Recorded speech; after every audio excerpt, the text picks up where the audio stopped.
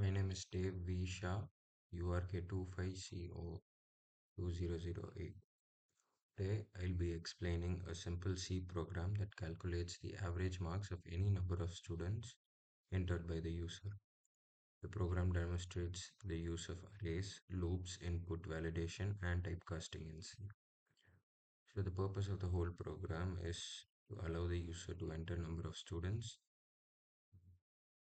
as given here, take inputs for each student's marks and then calculate its average. So the variable are n, I, sum and float as average.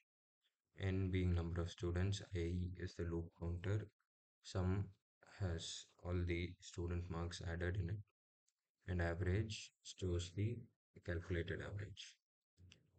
Taking number of students, in the first block, here we get number of students, and if the number of students is negative or less than 0, it prints invalid number of students, and it exits with a return 1. And this is called input validation, which prevents wrong data from breaking the program. Dynamic array int marks n. This creates an array of size n which adjusts based on the user's input. And taking marks of each student is done inside a for loop.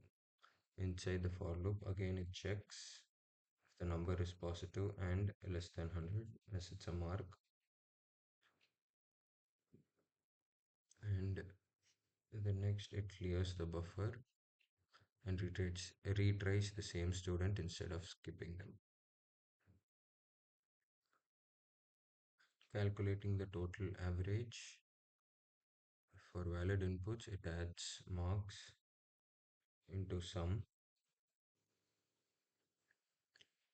and after the loop ends, this line executes. And here, float is used for typecasting, converting sum into a float point number to get a decimal precision. Without casting, it would just divide an integer, which would lose precision. Output selection in this line, point 2f means the output can come up to 2 decimals. For example, 75.34.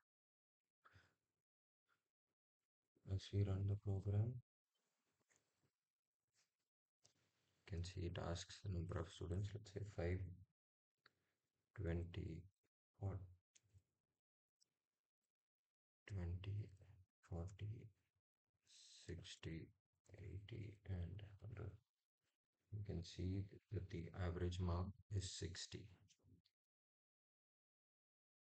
The program asks for the number of students, it validates all inputs for safety, it stores marks in an array, it calculates and prints the total average accurately. And it uses loops, arrays, typecasting, input validation, and dynamic memory handling in C. Thank you.